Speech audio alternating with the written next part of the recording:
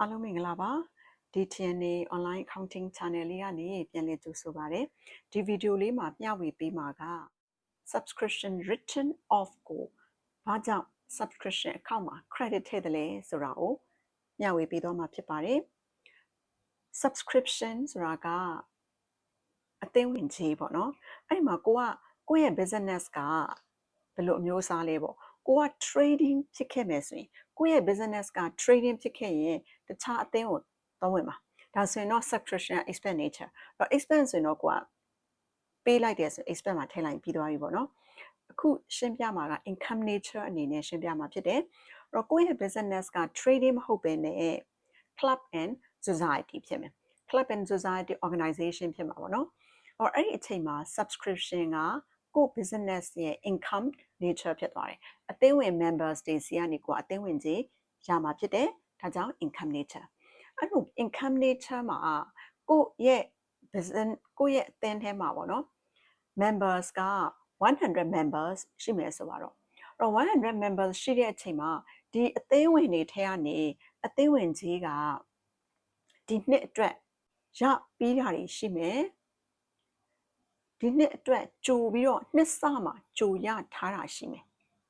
ပြီးရင်ပြီးခဲ့တဲ့နှစ် last year or previous year မှာရရင်ကျန်တာတွေလည်းရှိတယ်အဲ့တော့အခုဒီနှစ်စားတဲ့အချိန်မှာပေါ့နော်အခု2026ဆိုပါတော့ဒါဆိုရင်26 start မှာအသိဝင်ကြီးရစရာကျန်တာတွေရှိတယ်နောက် subscription in area accrue ပေါ့နော် accrue ဆိုတော့ကျန်တာအဲ့တော့ subscription in area ဆိုတော့ရရင်ကျန်တာအဲ့တော့ရရင်ကျန်တာရှိတယ်လို့အခုဒီ2026ရဲ့ start မှာနှစ်စမှာကြိုတင်ရထားတာ pre-receive or subscription in advance ကြိုတင်ရထားတာလည်းရှိတယ်အဲ့တော့နှစ်တစ်နှစ်ရဲ့အစမှာအသိဝင်ကြီးရရင်ကျန်တာရှိတယ်လို့ကြိုတင်ရထားတာလည်းရှိတယ်အဲ့ဒီအချိန်မှာရစရာကျန်တယ်ဆိုတာပြီးခဲ့တဲ့နှစ်အတွက်ရစရာကျန်တာ last year အတွက်ရစရာကျန်တာရရင်ကျန်တယ်ဆိုလို့ရှိရင် subscription income account ရဲ့ debit side မှာ subscription in area BD ရှိမယ် debit side မှာတကယ်လို့2026အစမှာကြိုတင်ရထားတဲ့ subscription in advance ရှိခဲ့ရင်တော့ subscription income account ရဲ့ credit side မှာ subscription in advance BD ဆိုပြီးတော့ရှိလိမ့်မယ်ပေါ့နော်ဒါက balance BD နှစ်စမှာရစရာကျန်တာရဲ့ကြိုတင်ရထားတာရှိမယ်အဲ့တော့ဒီ2026အတွင်းမှာ during 2026မှာ receive subscription အသင်းဝင်ကြီးတွေကိုရလိုက်မယ်အဲ့တော့အသင်းဝင်ကြီးတွေရတယ်ဆိုရင်သူရဲ့ double entry က business ဒီ club and society ရဲ့ cash book or receipt and payment receipt and payment account မှာ debit subscription income account မှာ credit ဒါကသူရလိုက်တဲ့ဒီတစ်နှစ်အတွင်းရလိုက်တဲ့အသင်းဝင်ကြီးတွေကိုဖြည့်လိုက်တာဒီတစ်နှစ်အတွင်းရတယ်ဆိုတော့ရစရာကျန်တာတွေလည်းပါမယ်ဒါမှမဟုတ်လို့ရှင်ကြိုတင်ရတာလည်းရှိမယ်2027အတွက်ကြိုတင်ရတာတွေလည်းပါမယ်2026အတွက်ရတာလည်းပါမယ်အဲ့ဒီမှာနှစ်ဆုံးရောက်တဲ့အချိန်တချို့အသင်းဝင်ကြီး2ယောက်ထဲကအသင်းဝင်ကြီး2ယောက်စီကနေ2 members တွေကနေပြီးတော့မှစင်းညှိတဲ့အချိန်မှာရစရာကျန်တဲ့အသင်းဝင်ကြီး